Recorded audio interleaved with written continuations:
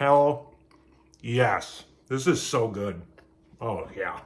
For Week 7 Matchup Mashup, we have this delicious, somewhat spicy chili bowl. I'm back.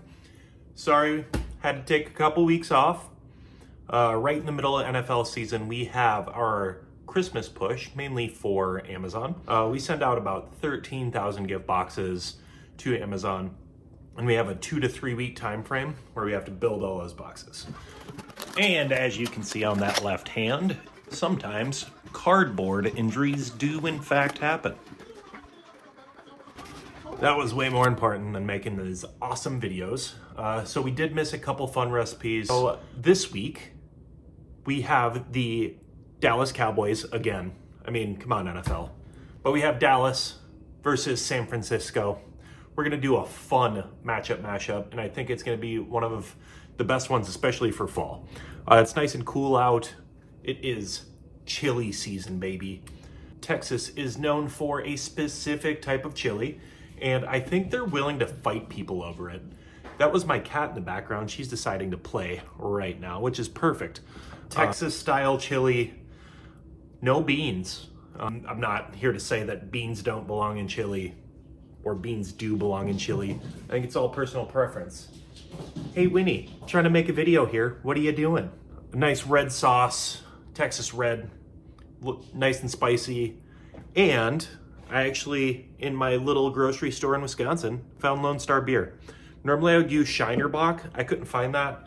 I think Lone Star is gonna be perfect. On top of the fact, its logo is a star, just like Dallas. We're thinkers here at the Tailgate Foodie. But where's the San Francisco side? I'll tell you. San Francisco is known for a few things, especially like seafood related. But one thing that people don't realize is sourdough. So we're actually gonna do a sourdough bread bowl. My grocery store actually has pre-cut sourdough bread bowls. We're gonna make this Texas red. We're gonna throw it in that bread bowl. We're gonna dip some bread. We're gonna throw some cheese on it because we are in Wisconsin. This is gonna be a dope ass recipe. Let's get after it. I just want to show off how simple this recipe is, because in total, the grocery shopping only took like 15 minutes. There's only like 7 ingredients in this thing. Honestly, you're gonna be blown away with how much flavor is in this chili.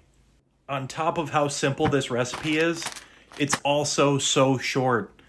At most, it's gonna take you like an hour and a half. Honestly, over the past few weeks, I totally forgot I have an induction burner. So we're gonna get some cool angles. So in back, you see me chopping some red onion, and then I'm gonna toss that into the Dutch oven. I wanna build those flavors with the onion. I wanna build those flavors with the garlic, and then toss in that meat. Because once you start building some of those roasty flavors, it's just the best way to make chili.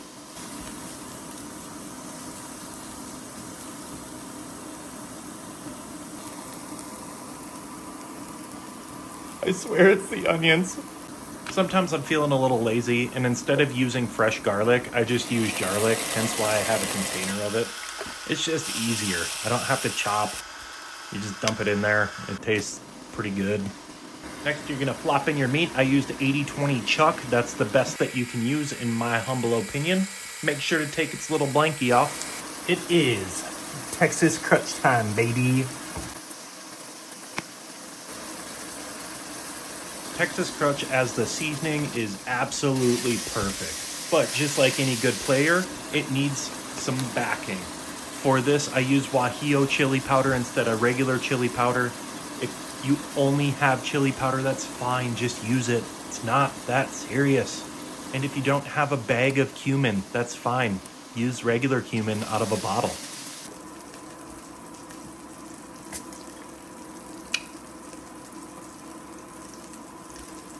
Honestly, for chili, I usually use a darker beer, but I wanted to stick with those Texas roots.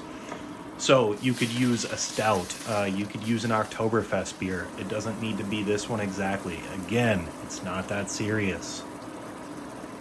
One of the reasons why I put the beer in first is so that way I can kind of get those bits off the bottom because it boils them off.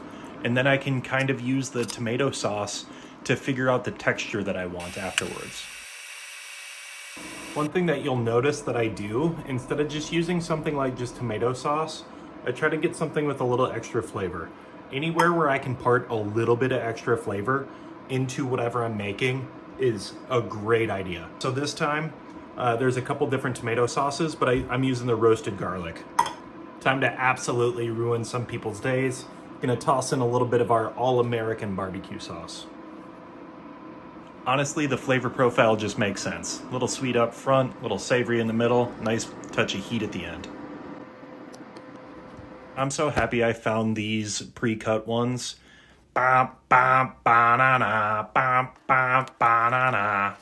Anyway, be careful while you're taking out the bread guts so that way you don't put a hole in the bottom.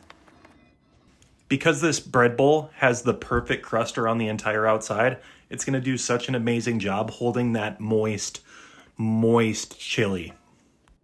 Obviously, since we're in Wisconsin, we got to top that chili with some cheese. Usually I top it with a little green onion. All cards on the table. Totally forgot to buy some.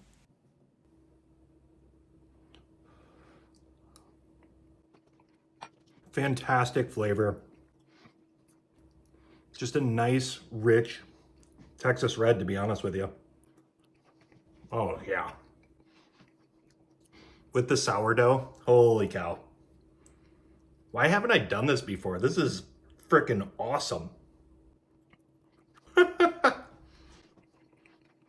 Am I gonna get crushed by people saying, oh, it's not a Texas red, you put barbecue sauce in it? I don't care.